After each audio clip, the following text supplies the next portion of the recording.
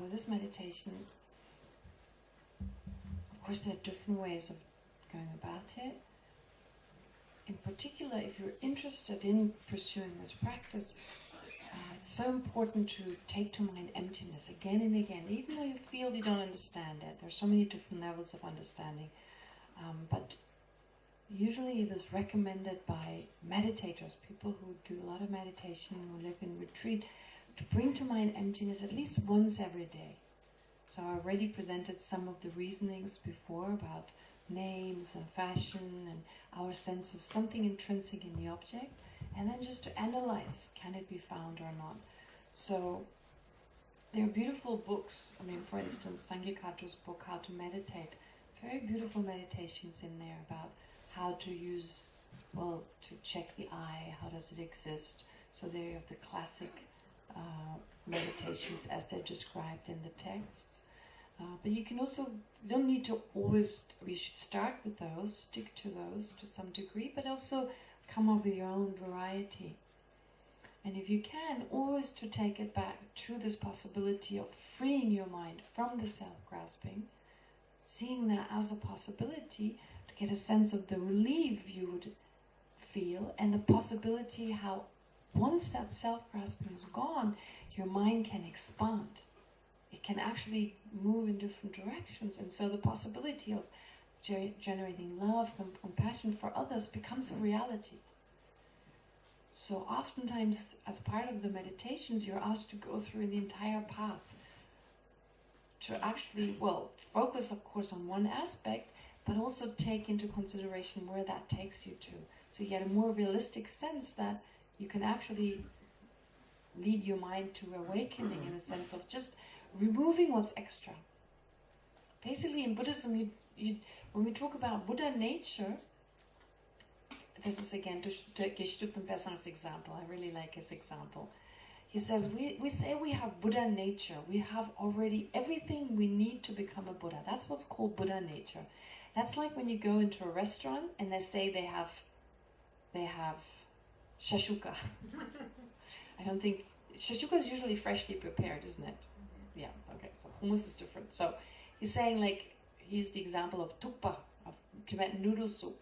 When you go to a restaurant, they say they have noodle soup on the menu. It doesn't mean the noodle soup is already sitting there boiling away. That would not be the kind of noodle soup you're looking for. No, but that they have all the ingredients to make it. So they say in the menu, we have noodle soup. It doesn't mean they really have already the full soup sitting there for you to wait. But everything is there to make it. So you use that as example to say Buddha nature is we have everything here to have the awakened mind of a Buddha. We don't need anything extra. We just need to remove what is extra. We need to remove the obstructions that are, the limitations that come from our own mind, our self-grasping, our misperception of reality, which then leads to a craving or an attachment to the self, a sense that I'm more important than others, which limits us in such a profound way, and does not allow for us to love, well, anyone really truly, or other living beings truly. There's no space in our mind. We don't have that capacity. So we become so limited in what we can perceive and what we can do, totally limit our own mind. So we remove those. So Buddhist practice is only about removing that which is extra. That's not, I mean, nothing more. So when we say we gain new qualities, it's just a way of speaking. It's qualities of love and compassion. They're already there. We already have the seeds there. It's about removing that which is in the way to fully expressing them, or fully allowing them to grow. Okay, anyway. But going back to this, the text, as we have talked about emptiness, to continue with emptiness, well, actually, Aris made a good point. He came up and he said, it's a little misleading when you look at verses 78, 79. It doesn't mention that we're looking for an inherently existent body. It doesn't use the word inherently existent. And he's right. It's just this style of writing that oftentimes you just mention the thing itself, say a body, and saying, well, the body cannot be found. Literally, that would not be correct, because of course there is a conventional body, a body we impute a body, we designate a body on something. So we're not saying there's no body altogether. But, well, first of all, it's written in verse, so if a lot of words are added, the meter of the words will be disrupted. So a lot of words are often not used, they're implied. But really what this is referring to here, and also, of course, the fact that for us, a body and an inherently existent body are the same. We don't really know how to differentiate, because if we could, we would right away correctly identify the object of negation, which is so difficult. What is it we negate? What is it we say does exist? To find that middle between the two, because otherwise we negate too little or we negate too much. So to find that middle. So here it's really saying the sense of a body, the body we are attached to, the body that is my body, that is more precious than anyone else's. Where is that body? Where is that to be found? It appears to be inherently existent. If it existed in that way, hypothetically, that's what I would come up with. So this is a very popular way of reasoning in Buddhism. There are different ways in which Buddhist philosophers describe reasoning. One way is saying, you use reasoning in the way you say, A cannot be B because C. A is not B because it's C. That's actually not very effective. If I tell you, you're wrong, your body doesn't exist inherently, because rather it exists as an interdependent phenomenon. That in itself is not effective. It's effective with doing other things. If I present other reasonings, it can become effective. But most effective is to say, well, if you were right, if hypothetically you were to exist inherently, then the absurdity would be A, B, C, etc. There'd be all this absurdity, right? If you were to exist inherently, you would be permanent. If there was an inherently existent I, it would be totally independent. It would be, you could find it. If the body were to exist inherently, well, it could not depend on its parts. Or it would at least be totally one with its parts, or totally separate from its parts. Because if it is separate, means it couldn't depend on its parts. It couldn't depend on anything. So if it doesn't depend on something, if it exists in and of itself, right? If it exists intrinsic, then by definition it doesn't depend on something. Therefore, it cannot depend on its parts, which would mean either it is separate, independent of its parts, or it's totally one with its parts, because then it would make sense. Something that is one with itself doesn't depend on that thing. It is just that thing. So that's why we say there's only two possibilities. Hypothetically, if the body existed, it would have to be totally one or totally separate, right? And so this is what we do. And the difficulty is that it makes sense to us, but then again, we're pretty sure there's this inherently existent body. So how to reconcile the two? And so this is here, this argument, like, let's imagine it does exist. What is the absurdity? Okay, that's a very effective way, because you come up with all this absurdity. Initially it seems all right. Until now I've been living with this idea everything exists objectively and inherently. And I never think about the absurdity, the logical absurdities if that were really true. Nothing would be possible. Nothing. Change wouldn't be possible. Nothing would be possible. So there are all these different possibilities. And so we talk about this reasoning as the reasoning of the consequentialist school. Consequentialist, in the sense, the highest philosophical school in Buddhism. They're described as the prasangika, or consequentialists. The name is given because they advertise the type of reasoning that is not A is B because it's C, but rather, okay, if you say A is D, then it follows A is B and C is D, and all these absurdities arise. So that kind of reasoning, setting forth consequences, said to be much more effective, to then go, oh no, that is bizarre. Nothing would work any longer, right? So this is what this text does here too. So what are you saying? Is it this? Is it that? Okay. And so where we got to so far, we got to verse 85. So basically saying, if this body really existed, if there was a truly existent body, so please get in touch with your own sense of my body, my precious body. You want to cut off a piece? No, thank you very much. Every piece, every toe is important, right? So this sense, especially if someone came to take it away from us, cut off a piece or anything, the moment it's in danger, we feel a very strong sense, oh, my body. So to get in touch with that, allow for that feeling to rise if you can, and then to check that body. Where is it? Where exactly is it to be found? Is it all of those parts? Is it spread all over those parts? Does it exist separately? What exactly is it? And then moreover, if there was some essence, something we can call a body that has nothing to do, so from a Buddhist point of view, we say we merely labeled it, so that we use the word body. But is there anything really to be found from the side of the object we can call body? Is there some essence we can find? Because if we can't, allow yourself to get in touch with this idea, well, then it can't exist. It can't really exist. If I only call it a body and there's nothing to be found, there must be something there, right? So usually we have this tendency, and that's why some of the highest philosophical school, right? The other philosophical systems that are introduced in Buddhism, the understanding of which can be very helpful, they say, yeah, there's really something there from the object. You call it this, but there's also something there. This is our sense of reality. I think we can all deal with labeling. Yeah, I call it a table. Yeah, I get that. But there's something there. There's something, some basis on the basis of which I call it a table. Something that is not merely labeled. Right?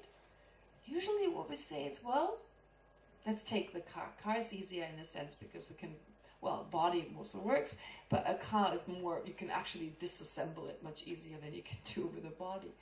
So there's a car, and there's, of course, there are certain parts on the basis of which we call it a car. That part is easy. But then those parts themselves, if you take those apart, what was a steering wheel or what was an engine before, well, when you take it apart, there's no longer an engine. When you take the steering wheel apart, again, you don't find a steering wheel. And then you take the parts of the steering wheel and you take those apart and there's nothing there. So you continue kind of like taking things apart and you never find anything. You continue on and on. So when you going back to the body in the same way, if not, of course, physically, but if we mentally take apart this body, what makes it that body, my body? Is there something in it that makes it mine? First of all, no. There's nothing to be found. No I, right? We have a sense it's here or in the heart or in the belly. Usually those three places. No one says it's in the elbow. But there's a sense it's somewhere in the body, a sense of an I. And so there's nothing really that can be found that qualifies to be called my body. Nothing at all. It's just in the mind, basically. It's just a label of the mind. And then we look for the body within its parts, so that which seemed very solid. In the end, you end up with a belly, and an arm, and leg, etc. But then it's okay. We feel like there's something there, so it's just imputed. But that's okay, because there's something there. But then when you take it further, let's take the hand, as is done here. So you take the hand. Okay, so there's a hand, very obvious hand. But where is that hand really? Which part is that hand? Is it the thumb? What do you call that? The index finger. Or the middle finger, or the ring finger, or the small finger. Is it any of those? There's the palm. It's none of those. Right? So you don't find those. Okay, fine, but I still have those parts. Pardon? Well, take all these parts, the joints, all these different... You keep looking for something there and you never find anything. You always find something that is other than itself. So if you look for the hand, you find parts that are not the hand. And then if you have those parts, the index finger, for instance, you take that apart, no index finger, right? And then the parts, the joints that make up the index finger, and you can go on endlessly, unless there are parts that can no longer be, at least conceptually, divided. That are no longer made of parts other than itself. But from a Buddhist point of view, and we go into this, that's impossible. There's nothing, at least in the physical world, that cannot be divided endlessly. I'm not saying physically, but everything is made up of things other than itself. If everything is made of things other than itself, how can we say itself exists? Other than just being called such. But then if you look at that which calls it such, the mind that calls it such, it is also made up of things other than itself. It is made of moments in time, with each moment not being the mind that imputes, because in order to label, to give a name to something, you need a certain duration of mind, a continuum of mind to label. But if you take each individual moment that this mind, labeling mind, is made of, it's not itself. So not even the mind that labels can be found. Nothing is really, when the moment you start analyzing the things that usually appear so clearly, me, you, color, shape, good, bad, and when you start analyzing, you don't find anything that we can call good or bad, or body, me, I. You can't find it. So only if without analysis, if I just merely look, oh yeah, I call this I call this that. So that's conventionally existent. It conventionally is such and such. But absolute or ultimately, no, nothing can be found. Although it appears that way, it cannot be found. So this is the analysis that is done here, basically. Phenomena, like the body, for instance, the basis is that which makes us human. Male, female, come on, such a big deal about being a man, being a woman. I identify in so many ways with being this woman, with someone being a man, seems to be so solidly there. But when I look for this womanness, there's a Hebrew word for that. What is the ickiness? Hud. Nashiut. Like if I say icky, there's something like icky here. This is icky. So icky wood, because icky cute. Icky cute. Icky is cute. Icky cute. So like something like this ickiness, ickyut. Or גבריות. Okay, it gets too complicated. לא, ציפי, זה לא זה. לא זה.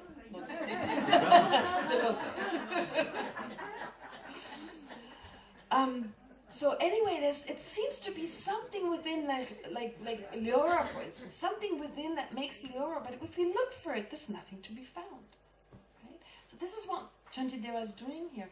What is it within the body that makes it the body? What is it within the parts that makes it the parts? Go further and further and further. You can go endlessly. You'll never find anything.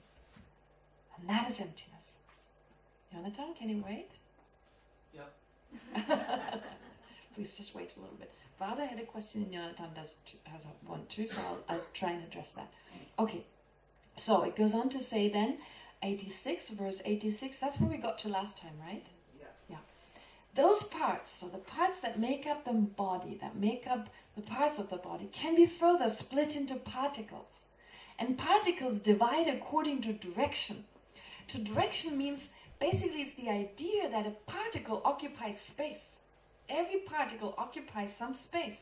And if it occupies space, there are directional sides to it, however small, a southern part, an upper part, a lower part, etc. So you always have spatial directions there because of the fact a particle, something physical, occupies space. So it's always made of something other than itself, those spatial parts.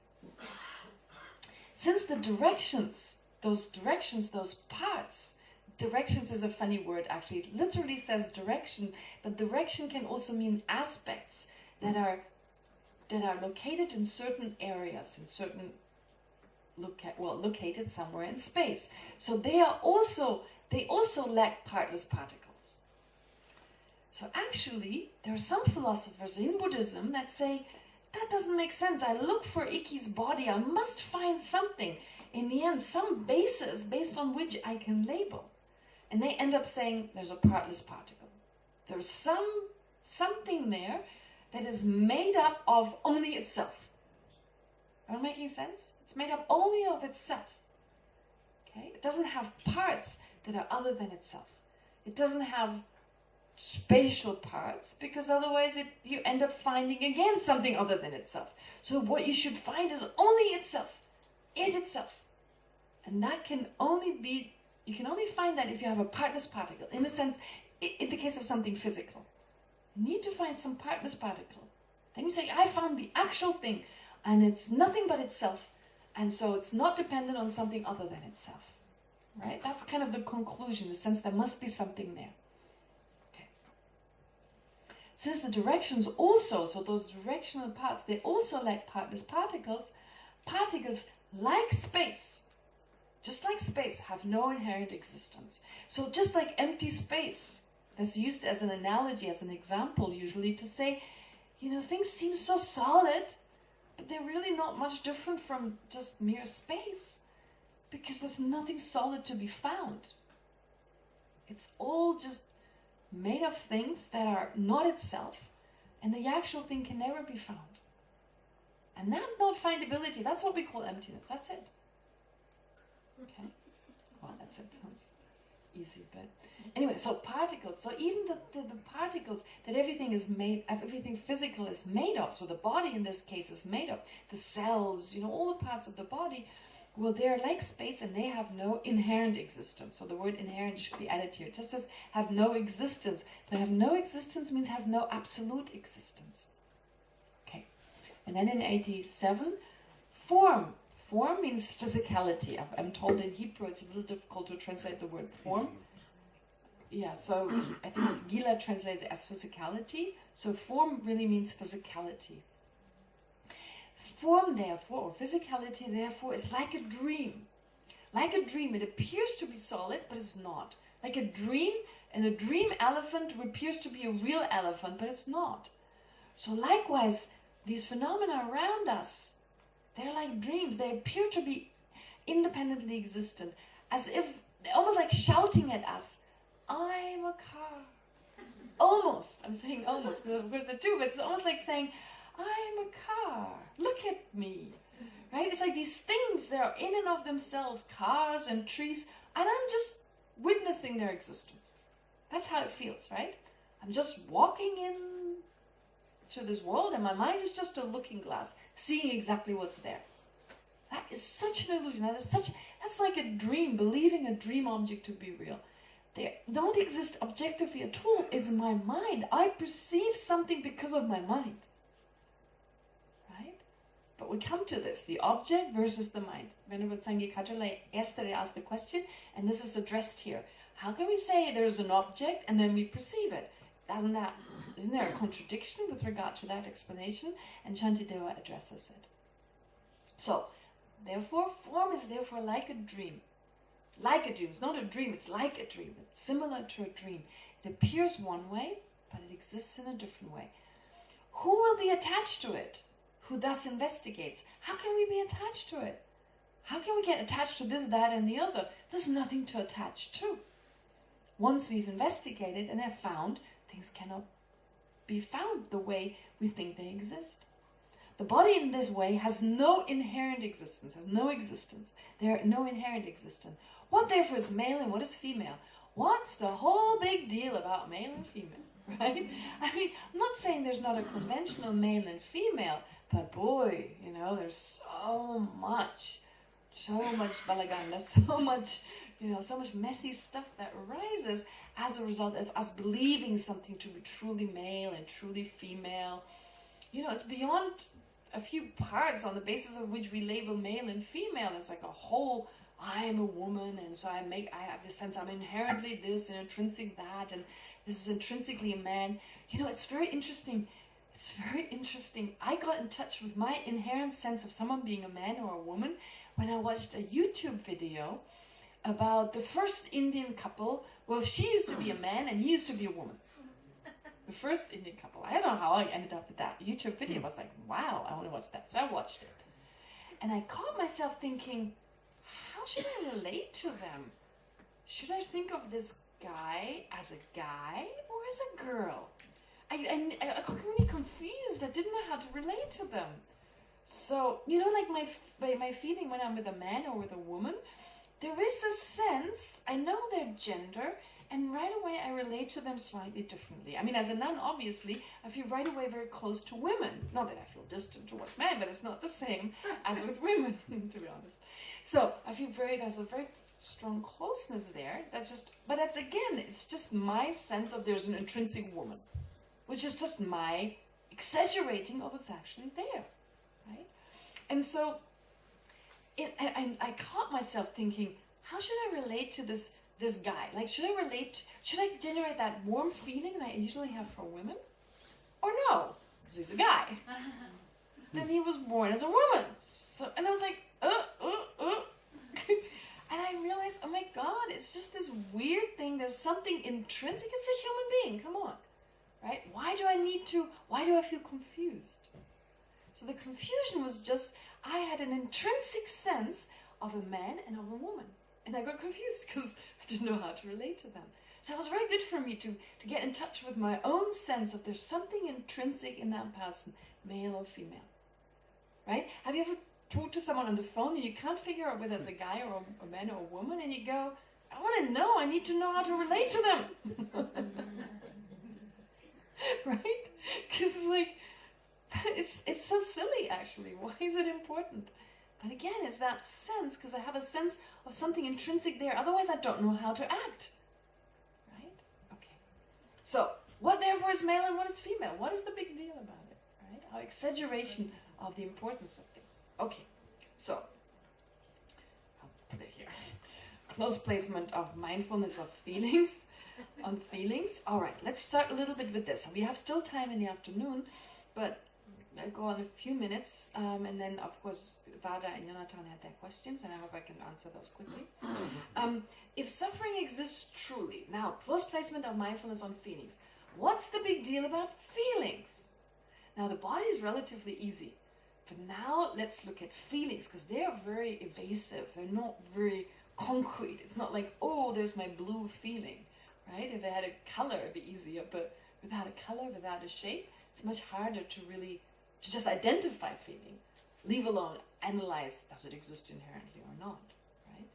But again, Chantideva does. So, if suffering exists truly, if there's truly existent suffering, okay?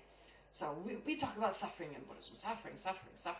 So we get a sense right away, as if just as there's a truly existent man and woman, there's also a truly existent suffering. Okay. Does that undermine extreme joy? Because if it's truly existent, it exists independently. Therefore, it's always suffering, because it would not depend on certain factors to transform into happiness. So, if suffering were truly existent, if it existed inherently and intrinsically, in and of itself, it would not have to depend on something else, and therefore there would be no reason for it to transform, to go away. Because usually for something to go away, there is something other than itself that is responsible for it going away. But if it exists independently, it doesn't depend on anything for its existence, and therefore it doesn't depend on anything for it to go out of existence either. It can only just always be there or never be there in the first place. Do you get the logic? Think, how do things that come into existence independent on something other than themselves? So, by definition, they are dependently existent and don't exist independently. So, if suffering truly existed, there wouldn't be any happiness. It would undermine the idea of extreme joy. Wouldn't be possible. If happiness exists, then we would always be happy. If happiness existed, so our sense of happiness, and with us confusing happiness with the objects that lead to happiness, so let's say the certain fruits, hummus, trina, especially when it gets closer to 12, it seems to be more inherently existent. So, this inherently good taste, it seems it's in and of itself like that. But then, it would be in and of itself pleasurable, and we would always experience the same joy eating this particular food, even if we're in mourning. Even if we're in mourning. Even if we're very unhappy. It is in and of itself pleasurable. So how could we not always enjoy it? We feel that these things are in and of themselves pleasurable, in and of themselves good, but that would contradict the fact that sometimes the most delicious food, we don't even taste it. We can't enjoy it because we're in deep mourning. You know, if someone close to you dies, foods don't taste the same, sides don't have the same effect that they usually have, etc. Right? And here he's arguing, if so, in the first case, if suffering existed truly, we would always suffer and we would not be able to experience happiness. So we would have to remain. If happiness truly existed and it was truly in the object, well, even if we are mourning, the food would always taste the same. Okay?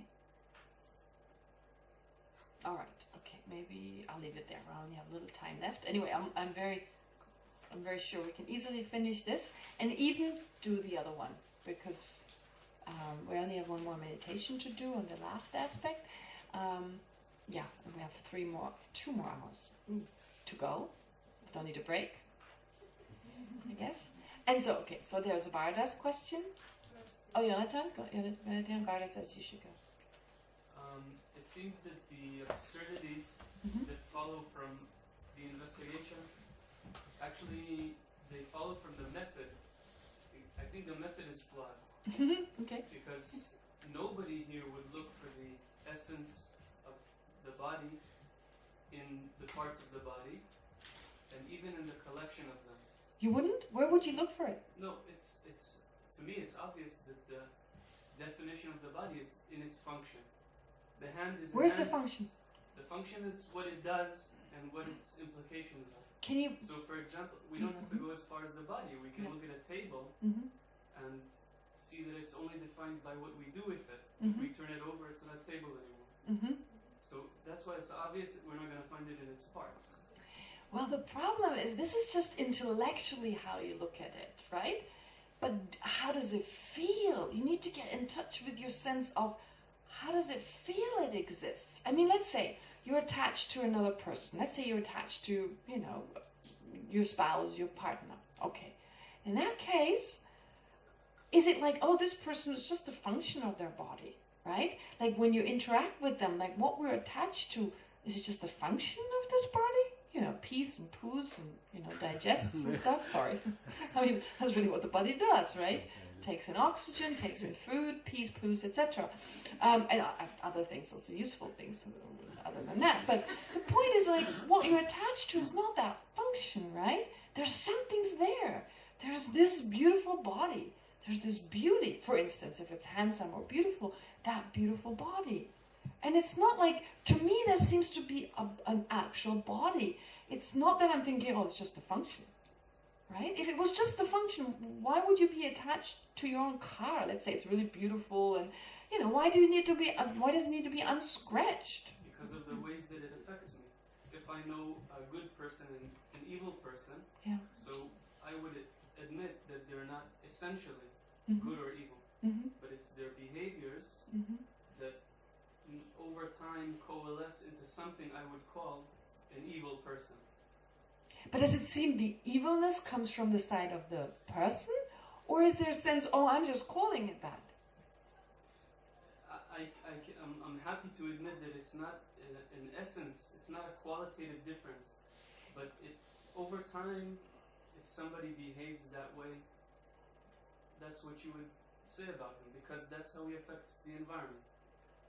Okay, your environment, but maybe Yes. another environment that affects differently. So it's just in relation to that particular environment that we say evil, whereas in relation to another, the way they act with other people, we could also say this is a good person, right? It's only in relation to something specific we say it's evil. It's only in relation to something specific we say is good. So we're only taking in relation to certain things, not in relation to everything, right? Yes, we would have to have an entire list of the conditions under which he is evil or good. But also my question is, for instance, you're saying, let's say some guy, Moshe. Moshe is evil. So what is your sense of Moshe? The Moshe who is evil. Okay, so you're talking about this evil. But isn't there Moshe who is evil? Are you angry with the evilness, or are you angry with Moshe? Who are you? Like when you get angry with Moshe, okay, Moshe sucks. Moshe is selfish. He, I don't know, bumps into my car all the time, and he's rude, etc. Doesn't say shalom when we meet, etc. So there's Moshe. Are you angry with the evil inside him, like his mind, or his mouth kind of going like that? Are you angry with that, or are you angry with Moshe? That's my question. Like, generate like your sense of like, oh, Moshe, that guy sucks. Are you angry with the function, or are you angry with Moshe? I'm angry with the person. The person. Good, very good. Who is the person? What is the person? Is the person the function? Or are you saying Moshe performs a function? Is there a sense there's Moshe who has those functions and he's responsible for those, so therefore I'm angry with him because he's controlling them? Do you get a sense that Moshe is that which controls those functions? In a sense, yes. In a sense, good, very good. I just want the sense. So in a sense, let's look for Moshe. Let's look for Moshe. Because that's who we're angry with. We're not angry with the function. We're not angry with his mind. We are angry with Moshe. When I go out to, retaliate, if I go out to tell him my mind, I want to do it to Moshe. So we need to know what is Moshe, who is Moshe, right? And that's the thing. Intellectually we may feel, yeah, he's his function, etc. But emotionally we don't react to the functions. In fact, I'm angry with Moshe. I'm not angry with his mind. So Shantideva, for instance, he writes very effectively, very beautifully, not in the 9th chapter, in one of the preceding chapters, don't quote me on it, I don't know which one it is, what chapter it is exactly. He talks about the stick? Six, very good. The stick, saying that what is harming us really is the stick. Someone beats us up. What is directly harming us is the stick. But we don't get angry with the stick. That would be ridiculous, because we say the stick is under the control of the person. But then it also doesn't make sense to get angry at the person. We should get angry with the anger of the person, because in the moment when they beat us with a stick, it is the anger that makes them do that. But this is where we're kind of very inconsequential. Instead of getting angry with his anger, right, we get angry with Moshe. Okay? So you're taking your intellectual understanding, right, saying actually Moshe is his anger, Moshe is really defined by that. But then if you check your emotions, there's a gap. There's a gap between what you intellectually feel you should be angry with, but what you're actually angry with. So your intellectual understanding does not control your anger. You don't need to worry about that. You need to mainly worry about your innate sense of who Moshe is. In a sense. I love it, you use the word in a sense, because it's a little vague. We're not really as aware of the notion we have of other people. We're much more aware of our intellectual, rational sense. Right? We're more aware of that. But the problem is that rational mind usually does not control our actions. It is that innate notion we have of things. We need to first get in touch with that. Recognize that. Recognize how it's angry with Moshe and not the functions. And then check, how does Moshe exist? Oops, exactly 12. Barda, sorry, can you wait? Now. There's no problem, just kids. Just what? It just adds to it. Okay. All right. Okay, great. Anyway, let's have lunch first, and then we'll meet again